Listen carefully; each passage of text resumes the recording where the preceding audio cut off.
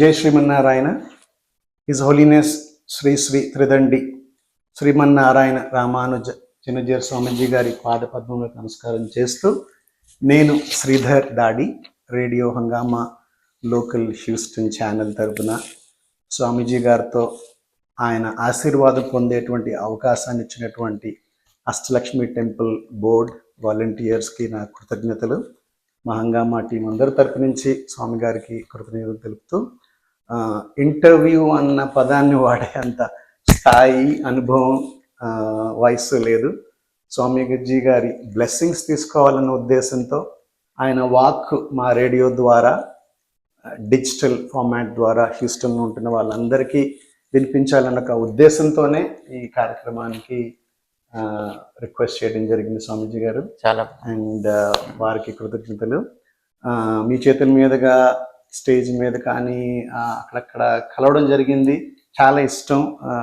తమిళ కుటుంబానికి ఎప్పుడు చెప్తూ ఉంటా, స్వామీజీ గారు ఎప్పుడు వచ్చినా చెప్పండి అని. సో ఇలా మీతో కూర్చునేటువంటి భాగ్యం కలగడం చాలా అదృష్టంగా భావిస్తూ ఉన్నాను నేను. ఈ సంఖ్య గురించి మాట్లాడేటప్పుడు సాధారణంగా రేడియోలో మాకు అలవాటు, ఇంతమంది వచ్చారు, ఇంత ఘనంగా జరిగింది, వేల మంది వచ్చారని. ఈ మాట ఎందుకు చెప్తున్నానంటే, కరెక్ట్గా ఏడాది క్రితం ఈ ప్రాణ ప్రతిష్ఠ జరిగినటువంటి అభయాంజనేయ స్వామి ప్రాణ ప్రతిష్ఠ ఇదే ప్రాంగణంలో జరిగింది. అండ్ దాదాపు 25,000 మంది వరకు 4 రోజుల్లో వచ్చున్నారు. మీడియాలో ఉండేటప్పుడు మాకు కొద్దిగా హైప్ చేయడం అలవాటు. అంటే నేను టెంపుల్ గురించి చెప్పట్లేదు, మా స్పాన్సర్స్ గురించి చెప్పేటప్పుడు చాలా బాగుంటుంది అని చెప్తూ ఉంటాం. సో అందుకే నేను ఎప్పుడైనా సంఖ్య గురించి చెప్పేటప్పుడు, నార్మల్గా రేడియో వాళ్ళ గురించి చెప్పేటప్పుడు ఒక రకంగా చెప్తా, భక్తి పూర్వకంగా మాట్లాడేటప్పుడు మీలాంటి వారితో మాట్లాడేటప్పుడు చాలా ఆచితూచి అడుగు వేయాలి అని. కానీ 90 అడుగుల అభయాంజనేయ స్వామి అంటే ఆ 90 చెప్పకుండా ఉండలేదు.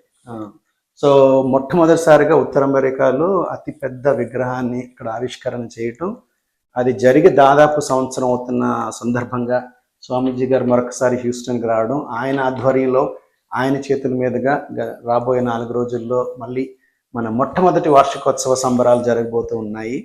స్వామీజీ గారు రావటం, ఇక్కడ వర్షం కురవటం ఒక అదృష్టంగా భావిస్తున్నాను నేను. సో మనకి అభయాంజనేయ స్వామి 90 అడుగులు, మళ్ళీ మీడియాను పక్కన పెడితే ఆ 90 అడుగుల అభయ ఆంజనేయ స్వామి ఆవిష్కరణ హ్యూస్టన్లో మన అష్టలక్ష్మి దేవాలయంలో చేయాలన్న ఆలోచన, ఆ 90 తాలూకు విశిష్టత స్వామీజీ. 9కి ఒక అద్భుతమైనటువంటి శక్తి ఉంది. మామూలుగా అందరూ చెప్పుకునేట్లుగా 9 ఎన్నిసార్లు గుణించినా మళ్ళీ అవన్నీ కలిపితే 9 వస్తూ ఉంటుంది. 7 9 63 అంటే 6 3 కలిపితే మళ్ళీ 9 వస్తుంది. సో 8 9 72 అంటే మళ్ళీ కలిపితే మళ్ళీ 9 వస్తుంది. జనరల్గా 9కి ఉండేటటువంటి ఒక విశిష్టత అట్లా ఉంటుంది కనుకనే చాలామంది ఆ 9 సంఖ్య వచ్చేట్టుగా తమ ఇంటి నెంబరో, కారు నెంబరో, ఇతరమైనటువంటి నెంబర్స్ పెట్టుకోవాలని అనుకుంటారు. ఇది కాకుండా 9కి ఒక అద్భుతమైన శక్తి ఉంది, వేరే ఒక రకమైన శక్తి ఉంది. అది రామానుజుల వారి చరిత్రలోను, మన ఆంజనేయ స్వామి చరిత్రలో కూడా మనం చూడవచ్చు. ఎందుకంటే ఇద్దరు కూడా గురుస్థానాన్ని వహించినటువంటి వ్యక్తులు. రామానుజాచార్యుల వారు జగత్తుకు ఒక అద్భుతమైన విశిష్టాద్వైత సిద్ధాంతాన్ని ఇచ్చారు. ఆంజనేయ స్వామి ఒక విశిష్ట దంపతులని ఆదర్శంగా మానవ జాతికి ఇచ్చారు. అయితే ఇద్దరికీ ఆ రకమైన ఒక గురు స్థానం ఒకటి ఉంది. గురువుకుండే లక్షణాలు 9లో ఉంటాయి. రామానుజుల వారు దాన్ని స్పష్టంగా చూపించారు వారి జీవిత చరిత్రలో. మంత్రం అనేది ఒక గురువు ద్వారా తీసుకోవాలి.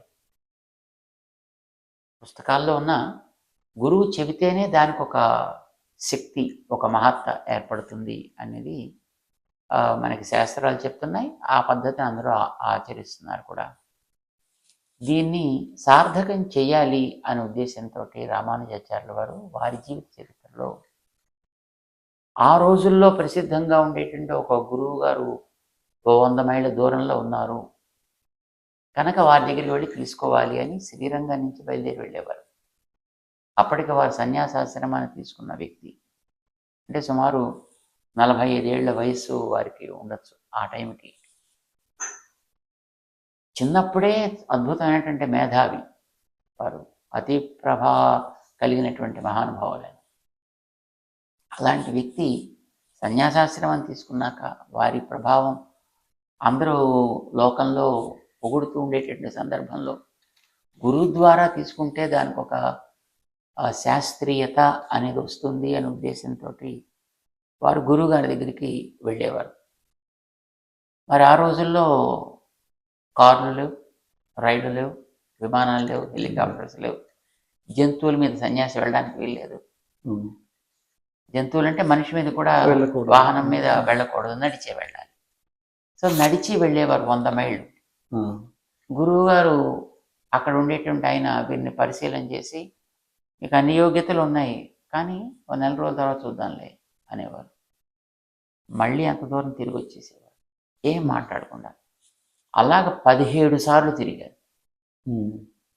17 సార్లు వారు చాలా బాగుంది, మంచి యోగ్యత నీకుంది, కానీ తర్వాత చూస్తాం, బలానా 3 నెలల తర్వాత, 4 నెలల తర్వాత, 2 నెలల తర్వాత ఇలా చెప్పేవారు. విసుక్కునేవారు కాదు ఇప్పుడు రామానుజుల వారు. నిరాశ చెందలేదు. ఏ సమయం చెబితే ఆ సమయానికి సరిగ్గా మళ్ళీ తిరిగి వస్తుండేవారు. 18వ వచ్చిన తర్వాత గురువుగారికే ఇంకా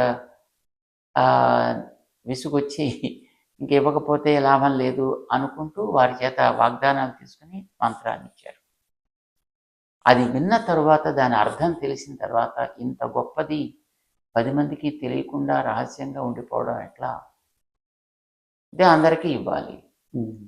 వీరు వచ్చేటప్పుడు చాలామంది దారిలో వీరిని అడుగుతూ ఉండేవారు, అంటే మరి ఇంత గొప్ప మీలాంటి వారికే ఈ మంత్రాన్ని తెలుసుకోవడం ఎంత కష్టమైతే సామాన్యుల గతి ఏమిటి? దానికి రామానుజుల వారు వారికి ఒక వాగ్దానం చేసి ఉన్నారు, నాకే కనుక లభిస్తే నేను తప్పకుండా మీ అందరికీ దాన్ని అందిస్తా అని ఒక ప్రామిస్ చేశారు. వాళ్ళంతా వీరు వచ్చినప్పుడల్లా వారు వస్తుండేవారు, మళ్ళీ వారు నిరాశతో పెడుతుండేవారు, వస్తుండేవారు, నిరాశతో పెడుతుండేవారు. ఈ 18వ వీరికి ఇచ్చిన తర్వాత వీరు వెంటనే ఆ పక్కనుండే గోపురం, గోష్ఠీపురం అంటారు ఆ ఊరి పేరు, ఆ గోష్ఠీపురంలో ఉండే గోపురానికి ఆ జిజ్ఞాసులుగా ఉండే వాళ్ళందరినీ కూర్చోబెట్టి మొత్తం అర్థాన్ని ఇచ్చేసారు.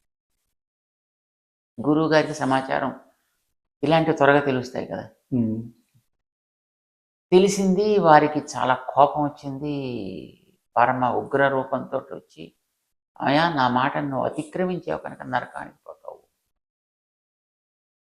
అంటే రామానుజుల వారు ఎదురు తిరగలేదు, ఏం చెప్పలేదు, నమస్కారం పెట్టారు. ఇది విన్నవారికి ఏం లభిస్తుంది? విన్నవారికి అందరికీ మోక్షం వస్తుందా? కానీ నా మాటను అతిక్రమించేందుకు నీకు నరకం కదా. నేనేమైనా పర్వాలేదు, కానీ నన్ను చేరిన వ్యక్తికి ఉత్తమ గతి కలగాలి.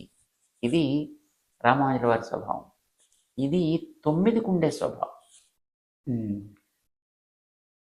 ఆంజనేయ స్వామి సీతమ్మని వెతకడానికి తను వెళ్ళినప్పుడు నేనేమైనా పర్వాలేదు, అక్కడ సీతమ్మకి కావాల్సిన ధైర్యాన్ని ఇవ్వాలి అని అంతమందితోటి పోరాడాడు, అంతమందిని అణిచాడు, అంతమందికి బుద్ధి చెప్పాడు. రావణాసుడు ఎదుట నిలబడ్డాడు.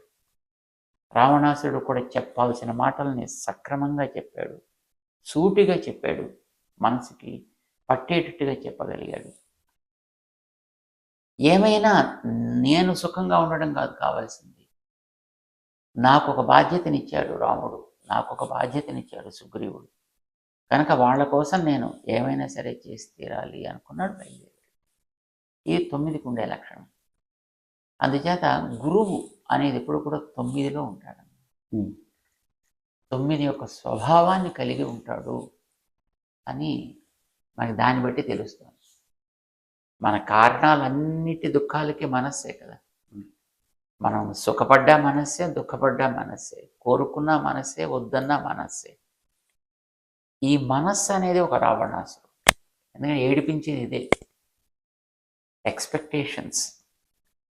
అపేక్షలుంటే నిరాశలు వస్తాయి, అపేక్షలు లేకపోతే నిరాశలే రావు. సో ఇది రావణాసురుడు, మన ఏడిపించేది మనస్సు. అంచేత ఇది రావయతి కనుక రావణుడు అయింది. సరే, ఈ మనస్సుకి 2 రకాల స్థితి ఉంది. అప్పుడప్పుడు చాలా మంచిగా ప్రశాంతంగా ఉంటుంది, పొద్దున్న లేవగానే ఎంత ప్రశాంతంగా అనిపిస్తుందో. ఇంకా మనంత బుద్ధిమంతులు లేడంటే అనిపిస్తుంది. మెల్లమెల్లగా కొంచెం పెరుగుతున్న కొద్దీ, సూర్యుడు పెరుగుతున్న కొద్దీ రావణాసుడు పెరుగుతూ ఉంటాడు. సాయంకాలం అయ్యేటప్పుడు కుంభకర్ణుడు పక్కనే ఉంటాడు.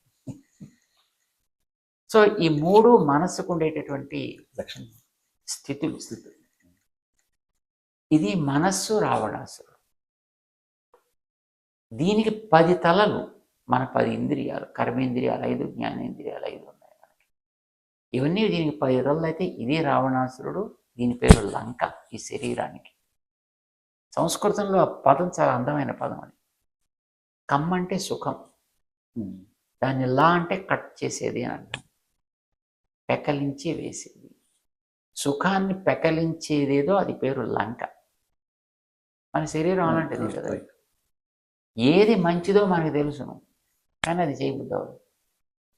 ఏది చెడ్డదో మనకి తెలుసును, కానీ దాన్ని మొదలుబుద్ధి అవ్వదు.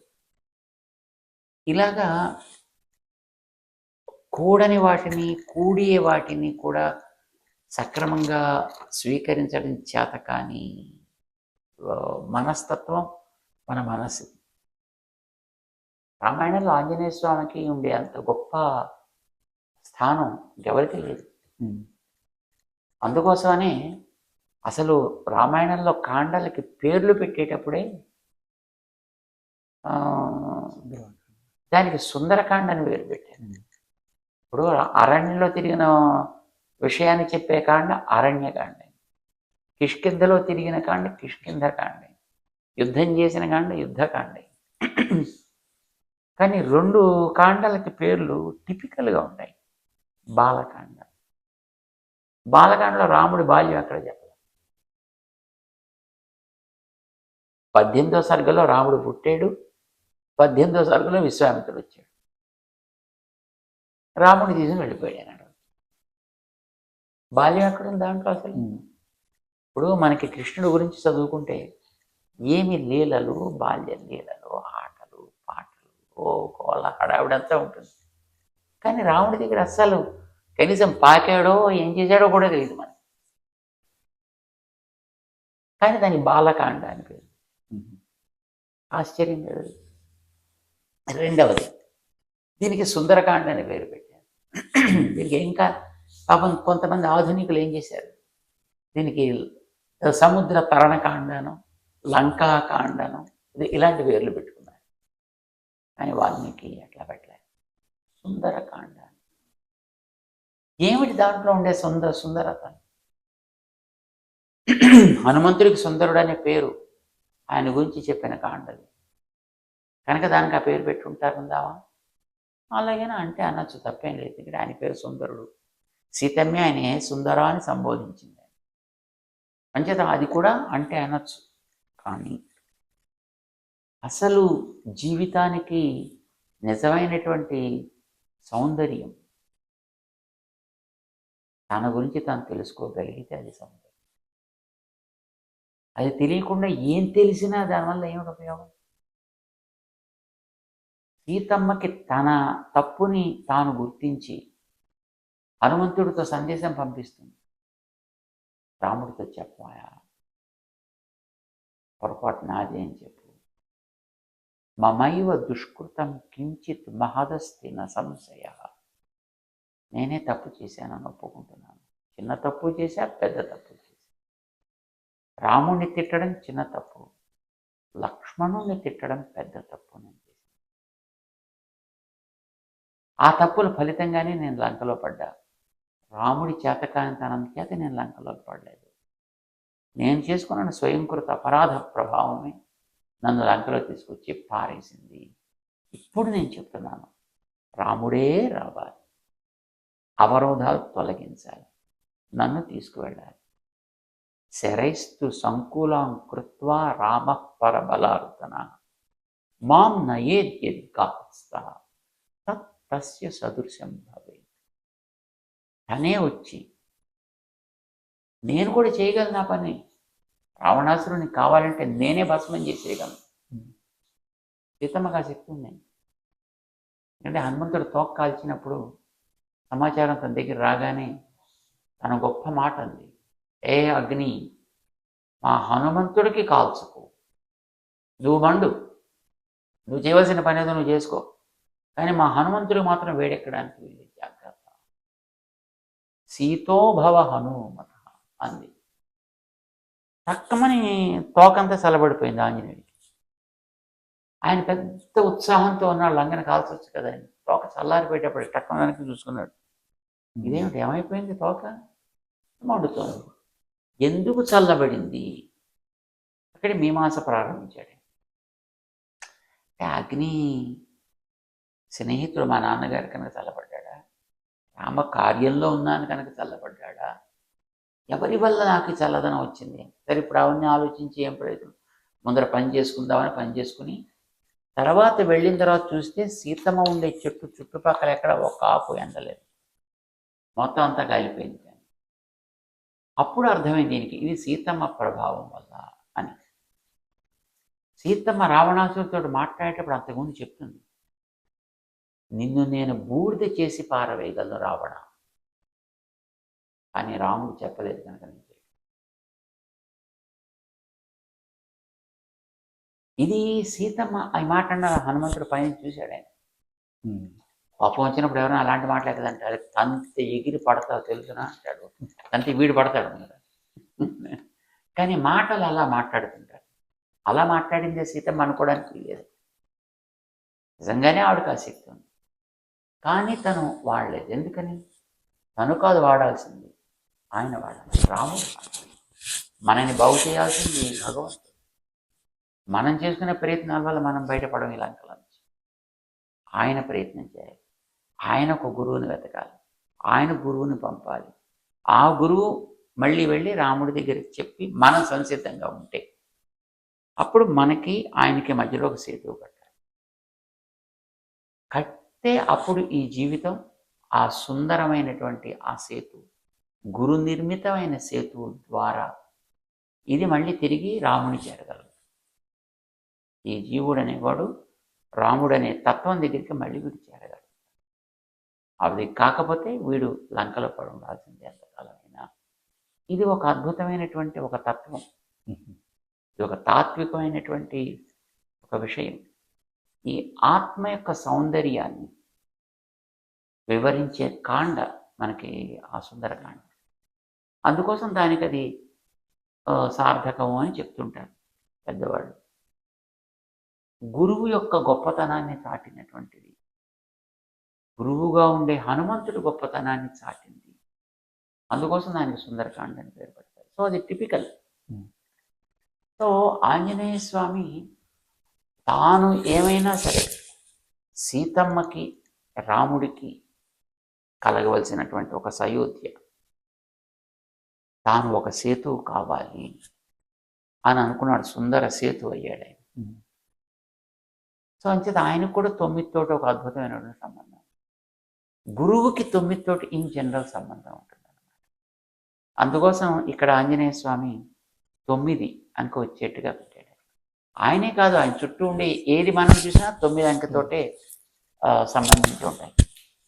సో మీరు చెప్పిన విధానం, విశిష్టత చాలా చక్కగా అర్థమైందండి. సో ఇండియాలో హైదరాబాద్లో స్టాచ్యూ ఆఫ్ ఈక్వాలిటీ, అందరూ సమానం. ఇక్కడ స్టాచ్యూ ఆఫ్ యూనియన్. కానీ ఇండియాకి యుఎస్కి తెలిసిన విషయమే, ఇక్కడ ఫెయిత్స్ కావచ్చు, రిలీజియన్స్ కావచ్చు, జనాలు ఎడుకునే ఒక విధానం కావచ్చు, అనేక రకాలు ఉన్నాయి విదేశాల నుంచి వచ్చి ఇక్కడ స్థిరపడిన వాళ్ళు. సో మరి స్టాచ్యూ ఆఫ్ యూనియన్ దృష్టిలో పెట్టుకుని ఈ greater Houston Indo American community కావచ్చు, లేకపోతే నార్త్ అమెరికాలో నుంచి వచ్చేటువంటి మిగతా మతాలు ఫాలో అయ్యేవారు కావచ్చు, ఫెయిత్ కావచ్చు, వాళ్ళ దృష్టిలో పెట్టుకుంటే మనకు వాళ్ళకి ఎలా వర్తిస్తుంది స్వామి? ఇప్పుడు ఈ మధ్య కాలంలో మనం చూస్తున్నాం, మనిషిని మనిషి నమ్మట్లేదు, మతం నమ్మట్లేదు, రంగు నమ్మటం లేదు. ఒకే మతంలో ఉండే వ్యక్తులు కూడా పరస్పరం కలిసి ఉండట్లేదు. అది మనం సిరియా దగ్గర అదే మనం చూసాం. సో ఈ రోజుల్లో మనిషి అనేక రకాలైనటువంటి అడ్డుకట్టలు వేసుకొని తాను బాగుండాలి అని అనుకుంటాడు, కానీ పక్కవాడిని సహించలేకపోతున్నాడు. ఇది తగ్గాలి అని అంటే మనందరం కలిసి ఉండగలగాలి. కులం పేరు చెప్పండి, మతం పేరు చెప్పండి, శారీరక రంగు బ్లాక్స్ అండ్ వైట్స్, గ్రేస్, లేదు క్యాస్ట్ల గురించి చెప్పండి, నేషనాలిటీస్ గురించి చెప్పండి. పరసహనం అనేది వ్యక్తుల్లో తగ్గిపోతుంది. ఇలాంటి తగ్గే దశలో దాన్ని మళ్ళీ ఒక్కసారి గట్టిగా చెప్పడం అనేటటువంటిది అవసరం. ఇప్పుడు మనిషికి చెప్పగానే ఒకసారి ఎక్కేది. ఇప్పుడు మనకు చిన్నప్పుడు అక్షరాభ్యాసం చేయించేటప్పుడు అమ్మ పలక మీద బలపాన్ని మన చేతిలో పట్టుకొని 100 సార్లు తను రాస్తుంది. రాస్తే ఒకసారైనా మనం రాస్తాం, లేకపోతే ఇలా పిచ్చి గీతలు గీస్తాం. అలాగే మన జీవితం ఆరంభం చేశాము.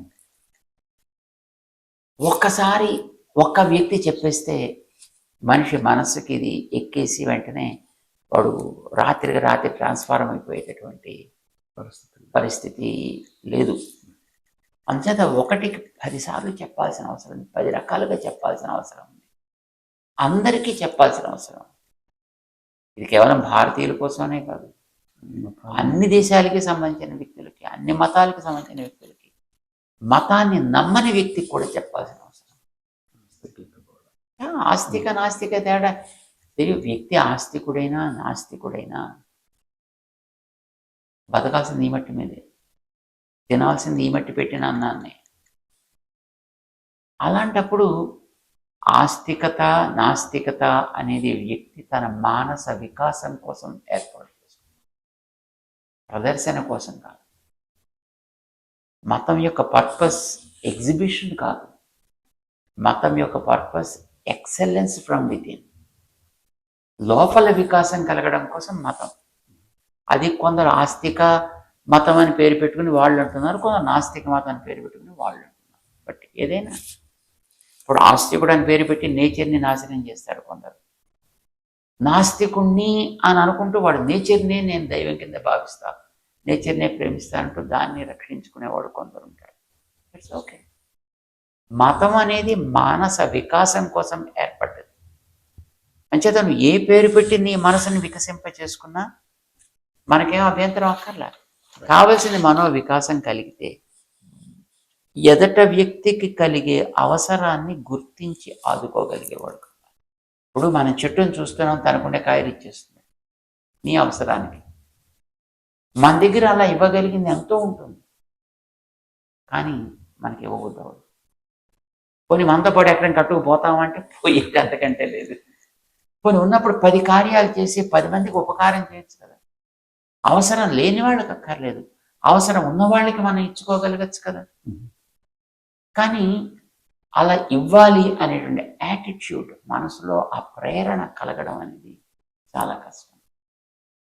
కానీ ఇది మనిషికి తెలియాల్సిన అవసరం అయితే. అలా నువ్వు ఇవ్వగలిగే స్థితి నీలో వచ్చింది అని అంటే నువ్వు ఆస్తికుడు అయినా పర్వాలేదు, నువ్వు నాస్తికుడు అయినా పర్వాలేదు, మానవత్వం ఉన్న వ్యక్తి. అది ఉంటే నువ్వు 10 కాలాల పాటు ఈ భూమి మీద బతకడానికి అర్హత ఉన్నవాడివి, భూమిని బతికించడానికి అర్హత ఉన్నవాడు అవుతాం. లేకపోయినా భూమికి ఏమవ్వదు, మనం పోతాం అంతే. మనుషులు పోతుంటారు తప్ప అది కలిగినటువంటి మిగతా ప్రాణులన్నీ బాగానే ఉంటాయి. చూడండి, మిగతా ప్రాణులన్నీ వాటికి ఆకలి వేస్తే ఎదటి జీవిని కొడతాయి, కడుపు నిండిన తర్వాత మళ్ళీ ఆకలి వేసేంత వరకు ఇంకో పక్కన ఇంకో జీవి పెడుతుంది, అని ముట్టుకోదు. మనిషి అలా లేడు కదా. తన అవసరానికి మించి కొన్ని 100,000 రెట్లు నాశనం చేస్తున్నాడు. అది చెట్ల నాశనం అనండి, జంతువుల నాశనం అనండి, పక్షుల నాశనం అనండి, నేల నాశనం, నీటిని నాశనం, గాలిని నాశనం, నాశనం తప్ప వీడికి ఇంకోటేం చేత కదరా. సో ఇలాంటి స్థితి మనిషిలో మనం చూస్తున్నాం. ఇది మారాలి. ఇది మారడానికి మనసు వికసించాలి. మనసు వికసించడానికి నీకు రిలీజియన్ కారణమైతే రిలీజియన్ తీసుకో, నీ నాస్తికత నీకు కారణం అయితే నాస్తికతని తీసుకో. కానీ మనసులో ఇది కావాలి. ఇది కలిగినప్పుడు నువ్వు 10 మందిని చేర్చుకోగలుగుతావు. యూనియనిజం అప్పుడు ఏర్పడుతుంది. అది చేసిన వ్యక్తి ఆంజనేయ స్వామి. మన ఆంజనేయుడు ఎందుకు తీసుకొచ్చుకున్నావు ఇక్కడికి? బికాస్ ఆంజనేయుడు బ్రాట్ దట్.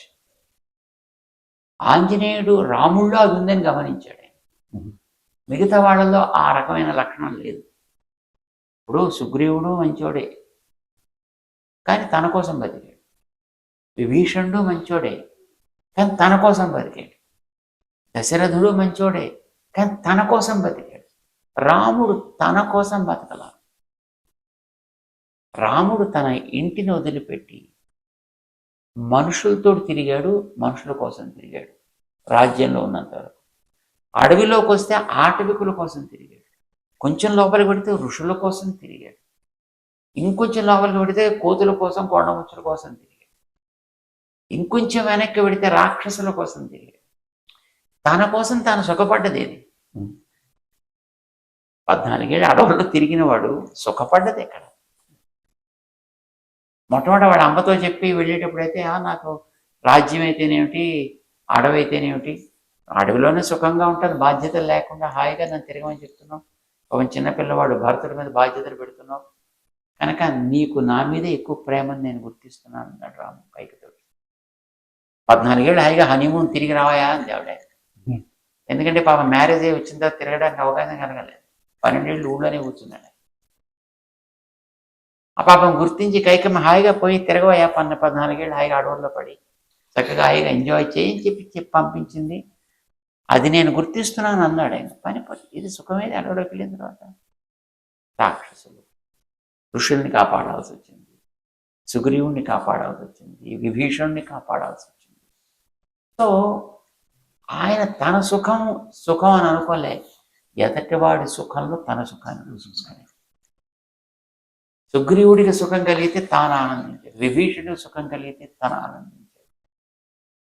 సో ఇది రాముడిలో ఉండడాన్ని గుర్తించాడు ఆంజనేయ స్వామి. తనలో కూడా ఆ లక్షణం ఉంది కనుక ఇది ఇప్పుడు మనిషికి కావాల్సింది.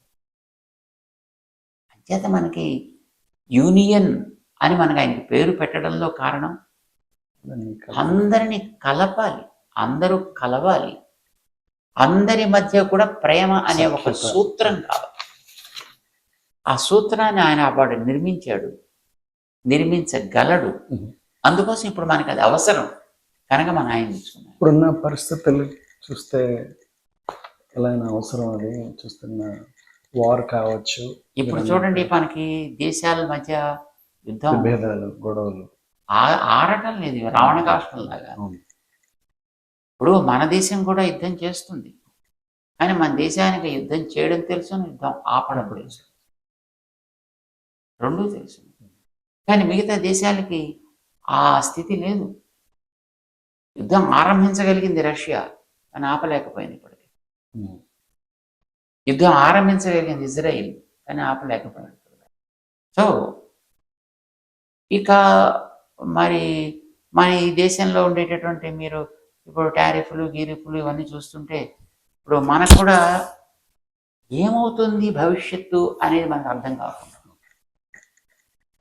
అందుచేత మనుషులందరినీ కూడా ఒక సమాజంగా చూడాల్సినటువంటి బాధ్యత, చూపించాల్సిన బాధ్యత, చూపించగలిగిన వాడు ఆయన గురించి మనం అందరికీ చెప్పగలం. చెబితే అప్పుడు ఆయన చూపించినటువంటి దృష్టి మనకు కూడా ఏర్పడగలిగితే అది the world becomes best place. ఏవైతే పరిస్థితులు మనం చూస్తూ ఉన్నామో, సో మేము ఇండియాలో పుట్టి పెరిగి వచ్చిన పరిస్థితులు వేరు, ఇప్పుడు చూస్తున్నవి అనుభవిస్తున్నవి వేరు. మరి ఇక్కడ పుట్టి పెరిగినటువంటి కొత్త జనరేషన్ మా పిల్లలు కావచ్చు, మరి వాళ్ళకి నాలెడ్జ్ పరంగా కావచ్చు, స్పిరిచువాలిటీ పరంగా కావచ్చు, ఇప్పుడు మీరు మా ఏఐ సిట్యువేషన్ తీసుకున్న జాబ్స్ పోతూ ఉన్నాయి. ఒకప్పుడు అట్లీస్ట్ కెరియర్ తీసుకుంటే 25 ఏళ్ళ వరకు పర్వాలేదు ఉద్యోగం చేసుకోవచ్చు అన్న పరిస్థితులు ఉండేవి, ఇండియాలో కావచ్చు, ధైర్యంగా ఉండేది. ఇప్పుడున్న సిట్యువేషన్ చూస్తే అలా లేదు. భావితరాల వాళ్ళకి ఒక నాలెడ్జ్ పరంగా కావచ్చు, ఒక స్పిరిచువాలిటీ పరంగా కావచ్చు, ఇక్కడ పుట్టి పెరిగిన వాళ్ళకి ఎట్లాంటి మార్గం చూపిస్తారు స్వామీజీ గారు? అదృష్టం కొద్దీ ఇలాంటి చోట పుట్టి పెరిగినటువంటి పిల్లలకి మంచికి కట్టుబడి ఉండాలి. ఇప్పుడు అక్కడి నుంచి వచ్చినటువంటి జనరేషన్స్ మనం చూస్తే వీళ్ళు ఏదో చేసుకుంటూ ఉంటారు, పిల్లలకి ఏదో చెప్తుంటారు. సో పిల్లలకి పెద్దలకి చూస్తే కొహెసివ్నెస్ కనిపించదు వాళ్ళ దగ్గర, అంచేత పిల్లలు చాలా కన్ఫ్యూజ్ అవుతూ ఉంటారు. సో ఇప్పుడు తండ్రి గారు ఎక్కడే కూర్చుంటారు, రే నాన్నగారింట్లో లేదని చెప్పరా అంటే వాడికి అబద్ధాలు ఆడి ఎలా ఆడాలో నేర్పిస్తున్నాను. కానీ మన పిల్లల్లో ఆ రకమైనటువంటి నేచర్ ఉండదు ఇక్కడ జనరల్గా. అంటే ఇప్పుడు మీరు ప్రజ్ఞ, జెట్ యుఎస్ఏ ఇట్లాంటి కార్యక్రమాలతో ముందుకు తీసుకొని వెళ్తున్నారు కదా. సో ఈ భావితరాల వాళ్ళని దృష్టిలో పెట్టుకుని ఉన్న సిచ్యువేషన్స్ వాళ్ళకి మన గ్రంథాల్లో మన వేదిక్ రూట్స్ విలువలన్నీ ఇచ్చాయి. ఆ విలువల్ని తెలుసుకుంటున్నాం తప్ప మనం పాటించలేకపోతాం. పిల్లల్లో తెలుసుకుంటే పాటించగలిగేటటువంటి యోగ్యత ఉంది, రుచి ఉంది, అలాగే ఉండాలి అనేటటువంటి ఒక రిజల్యూషన్ ఉంది వాళ్ళలో. అందుకోసమని వాళ్ళకి దాన్ని అందించడం అనేది మన బాధ్యత. అందించలేకపోతే తప్పు వాళ్ళది కాదు, మనది. అంచేత మనం మన ఆర్గనైజేషన్ ద్వారా, మన జెట్ యుఎస్ఏ ద్వారా ప్రజ్ఞా తరగతులు నిర్వహిస్తున్నాం. దాంట్లో ఎంత చక్కగా మన బుద్ధిని మనం పొదుపు పెట్టుకోవచ్చునో దానికి ఒక సూపర్ మెమరీ స్కిల్స్ అనే పేరు పెట్టి దాంట్లో అవధానం చేసే ప్రక్రియ మనం చేస్తుంటాం. సో అట్లాగా ఒక చోట నుంచి మనం ఎక్కడికైనా ఎట్లా నావిగేట్ చేయొచ్చు. ఇప్పుడు మీకు భగవద్గీత 700 శ్లోకాలు అనుకోండి. ఒక శ్లోకం అడిగితే అది ఎన్నో అధ్యాయంలో ఎన్నో నెంబర్ శ్లోకం, బలానా అధ్యాయంలో బలా నెంబర్ శ్లోకం చెప్పంటే వాడు ఆ శ్లోకాన్ని రికలెక్ట్ చేసి చెప్పగలగాలి. చెప్పడమే కాదు, ఆ శ్లోకానికి ఒక 4 వదిలిపెట్టి ముందుకి, 3 వదిలిపెట్టి వెనక్కి రా అంటే రాగలగాలి వాడు. ఇప్పుడు 11వ అధ్యాయంలో 25వ శ్లోకం తగ్గించి 3 కలుపు 4 తీసేయి, 3 కలిపితే 28 వచ్చింది, 4 తీస్తే 24 వచ్చింది, మళ్ళీ 3 కలిపితే 27 వచ్చింది, 4 తీసేస్తే 23 వచ్చింది. ఇలాగా ఇన్ని కలుపు ఇన్ని తీసేయంటే అలాగా మనం కలిపి తీసేసి వెంటనే మనం చెప్పగలమా? ఆ చెప్పాలంటే వాడికి మొత్తం అంతా ముందర క్లారిటీ ఉండాలి వాడికి. ఆ స్కిల్స్ మన జట్టు ఇవ్వగలుగుతుంది. యంగెస్ట్ అలాంటి వాళ్ళలో ఆ స్కిల్ పొందినటువంటి చైల్డ్ చూస్తే 8 year old child, and oldest చూస్తే 48 ఏళ్ల వయసు ఉంది. They got the skills and they are able to do that. So మనం మన దగ్గర ఉండేటటువంటి సనాతనపు విలువలు, ప్రాచీనమైనటువంటి విలువలు ఎంత గొప్పవి, అది మనకి ఇప్పుడు ఎట్లా ఉపయోగపడతాయి. ఇవి చిన్నపిల్లలకి మనం చెప్పగలిగితే వాళ్ళు వాటికి నిలబడాలి అని అనుకుంటున్నారు, కానీ అవేమిటో తెలియదు. అవి మన దగ్గర నుంచి వచ్చినవే అని వాళ్ళకి తెలవగలిగితే వాళ్ళకి మరింత దాని యందు ఒక ఆప్త, ఇది మనది అనేటువంటి ఒక ప్రేమ ఏర్పడుతుంది, పాటించాలనే పట్టుదల ఏర్పడుతుంది. అందుకోసం మనం ప్రజ్ఞ అనేటువంటి ఒక ప్లాట్ఫామ్ తయారు చేసుకున్నాం. దాని ద్వారా ఇవన్నీ కూడా అందిస్తున్నాం. మేము చేసే సేవ కన్నా మాకు టెంపుల్స్ కావచ్చు, హిందూ కమ్యూనిటీ కావచ్చు, మిగతా ఫెయిత్స్ కావచ్చు అండి, వాళ్ళు చేసే మంచి కార్యక్రమాన్ని ప్రజల వరకు తీసుకెళ్లేటువంటి ఒక అదృష్టం మాకు కలిగిందని ఇప్పుడు అనుకుంటాను. ఇప్పుడు మొన్న జరిగిన సెంట్రల్ టెక్సస్లో ఫ్లడ్స్ కావచ్చు, దానికి ఎవరు ఫండ్స్ రేస్ చేస్తూ ఉన్నారు, లేకపోతే టెంపుల్లో జరిగిన మన శంకర ఇతరాలయ వాళ్ళు చేసినటువంటి కార్యక్రమం. సో దాంట్లో ఒక కరెక్ట్ ఉంది. ఎందుకంటే నా వరకు తెలుసుకోవటం వేరు, నలుగురికి చెప్పటం వేరు. ఈ మా మాధ్యమం ద్వారా, రేడియో ద్వారా చెప్పగలుగుతున్నాం, 10 మందిని తీసుకొని రాగలుగుతున్నాం, మీ ద్వారా అని తెలిసిందని చెప్పినప్పుడు మళ్ళీ గర్వం కాదండి. ఎందుకంటే మీడియా కాబట్టి ధ్వనిస్తుంది ఆ గర్వం, కానీ ఏమాత్రం లేదు. బట్ అదే మెయిన్ ప్రేరణ. స్వామీజీ గారితో మాట్లాడితే నాకు ఖచ్చితంగా సంతృప్తి, సంతోషం. మీతో ఇలా కూర్చొని మాట్లాడడం గొప్ప అదృష్టం. కానీ మీ వాక్ మా అందరికీ వినిపించడం, రేపు 7, 8, 9 తేదీల్లో గురువారం నుంచి ఆదివారం జరుగుతున్న కార్యక్రమాలు విశిష్టత, దాని వివరాలన్నీ చెప్పటం, 10 మంది వస్తే సంతోషంగా ఉంటుంది. మీ ఆశీస్సులు మా అందరికీ ఉండాలని కోరుకుంటూ, పంచుకోవడంలో ఉండేటటువంటి అందం, ఆనందం సంపాదించడంలో ఉండదు. అందుకోసం అంటాం, పంచుకున్న కొద్దీ పెంచుకుంటూ పోగలిగేది ఆనందం. అంటే అది మీరందరూ పొందుతున్నారు, పంచుతున్నారు, పెంచుకుంటున్నారు. చాలా సంతోషం. కూడా మంగళాశాసనం చేస్తున్నాం. మీ చేసే కార్యక్రమాలు మరింత బాగా జరగాలని ఆశిస్తాం. జై శ్రీమన్నారాయణ. మళ్ళీ అభయాంజనేయ స్వామి పుట్టినరోజు మహోత్సవాల్లో మళ్ళీ కలుస్తాం. రేపు గురువారం సాయంత్రం నుంచి ఆదివారం వరకు ఇదే మన దేవాలయ ప్రాంగణంలో స్వామి గారి చేతుల మీదుగా ఆయన ఆధ్వర్యంలో మొట్టమొదటి వార్షికోత్సవ ఉత్సవాలు ఘనంగా ఈరోజు వర్షం చూశారు కదా, ఆశీర్వచనం పైనుంచి కూడా వచ్చింది. స్వామీజీ గారి చేతుల మీదుగా జరుగుతుంది. అందరూ రావాల్సిందిగా కోరుకుంటూ స్వామీజీ గారికి నా నమస్కారం తెలుపుకుంటున్నాను.